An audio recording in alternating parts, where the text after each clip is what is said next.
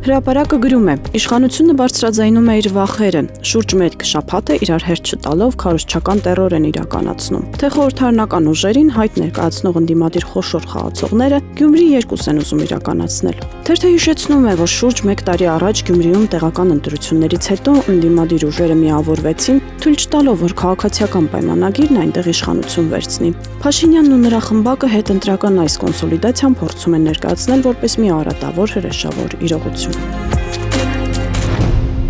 Փաստը գրում է. փայտով, հեղուկ գազով եւ ածուխով բեռնված տասնյակ բեռնատարներ արդեն ավելի քան 1 շաբաթ է կանգնած են Վրաստան-Հայաստան սահմանային անցակետերում։ Վարորդների փոխանցմամբ վրացական կողմը փաստացի արգելափակել է Հայաստանի ուղղությամբ բեռների մուտքը։ Ըստ վարորդների իրենցից ներքին կարգով յուրաքանչյուր մեքենայից պահանջում են 600-ից 700 ԱՄՆ դոլար։ Առանց պատճառաբանելու ուղղակի գումար են ուզում։ Հայաստանից էլ ոչ ոք ոչինչ չի ասում, չգիտենք ինչ կլինի, նշում են վարորդները։ Մեքենաները սահմանին են կանգնած փետրվարի 12-ից։ Թերթի աղբյուրները պնդում են, որ իշխող ուժի պատգամավորներից մեկին պատկանող բեռի հարցով վրացական ղեկավարությանը անձամբ միջնորդել է Հայաստանի ամենաբարձր պաշտոնյաներից մեկը։ Ստացվում է, որ խնդիրը լուծվում է ոչ թե համակարգային, այլ անհատական սկզբունքով, յուրայինների համար, մինչդեռ մյուս վարորդները շարունակում են մնալ սահմանին։ Փոխարենը նախարարի հրապարակային ակտիվությունը սահմանափակվում է սոցիալական ցանցերում վիճակագրական տվյալների հրապարակմամբ։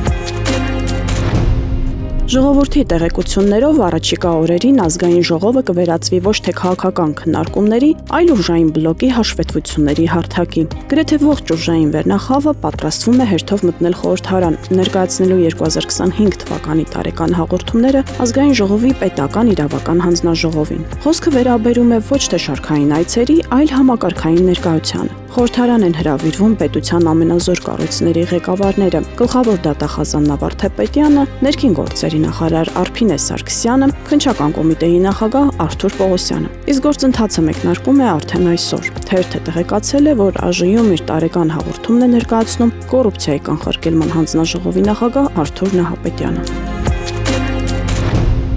Ժողովուրդը գրում է. Սևանի բժշկական կենտրոնի կասեցված լիազորություններով տնօրեն Արամ Նիկողոսյանը առողջապահության նախարար Անահիտ Ավանեսյանի եւ իր ընկեր Գեղարքունիքի մարզպետ Կարեն Սարգսյանի հետ փետրվարի 16-ին մասնակցել է հիվանդանոցի ԿՏԻ կաբինետի բացման արարողությանը։ Այն դեպքում, երբ Նիկողոսյանի լիազորությունները փետրվարի 6-ի դրությամբ արդեն հենց նույն նախարարի հրամանով դադարեցված են ՀՀ հակակոռուպցիոն կոմիտեի պահանջով։ Արմլուրայեմի հարցմանն ի պատասխան հակակոռուպցիոն կոմիտեից հաստատել են, որ Արամ Նիկողոսյանին մեղադրանք է առաջադրվել իրեն վստահված խոշոր չափերով գույքի հափշտակության եւ խմբի կազմում փաստաթղթեր կեղծելու հատկանիշներով։ Նրա պաշտոնավարումը կասեցված է փետրվարի 6-ից կոմիտեի պահանջով։ Ըստ որոշ տեղեկությունների, տնօրենը նաեւ աշխատանքի է ընդունել իր հարազատին, ով աշխատանքի չի հաճախել, սակայն ստացել է աշխատավարձ։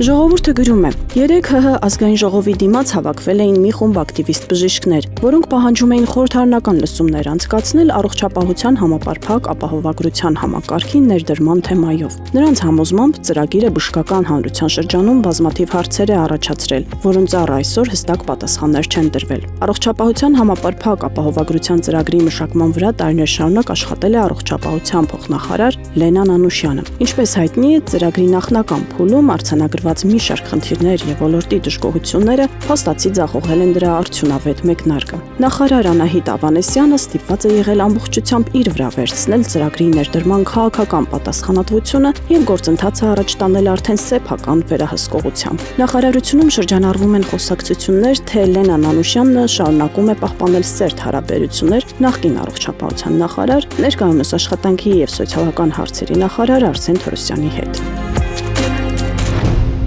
Հրապարակը գրում է. ներկուսակցական ընտրություններից հետո ՔՊ-ում արշալույսները խաղաղ չեն։ Պատգամավորական ֆրակցիայում խուլ դժգոհություն կա ներկուսակցական ընտրություններում ոմանց ստացած ձայների առումով եւ հիմնավոր կասկածներ, որ ՔՊ թեկնածուները չեն ենթարկվել կուսակցական որոշմանն ու գաղտնի քարոզարշավ են արել, ուղղորդել ընտրիչ պատվիրակներին, ինչի արդյունքում էլ ոմանք անբացատրելի բարձր քվեներ են ստացել, ոմանք անբացատրելի ցածր։ Թերթին ասել են, որ որոշ պատգամավորներ Նիկոլ Փաշինյանի հետ հանդիպում են պահանջել որպեսզի քննարկեն այս քվեարկության արդյունքները եւ բացահայտեն զեղծարարներին։ Գուցե հարցը քննարկեն առաջիկա 5 շաբթի կուսակցության նախաձեռնող նիստի ժամանակ։ Միևնույն ժամանակ ԿՊ շարքերում վստահ են, որ զեղծարարությունների բացահայտման գործընթաց չի լինելու։ Աշխարհով մեկ չեն խայտարակվելու, որ անգամ ներկուսակցական ընտրություններն են կեղծում, եւ Նիկոլ Փաշինյանը սովորության համաձայն բոլորին կուտ է տալու, ասելով, թե կարևոր չէ ով որ տեղում է, իրենց հաղթանակի պարագայում ոչ մեկն անգործ եւ չգնահատված չի մնա։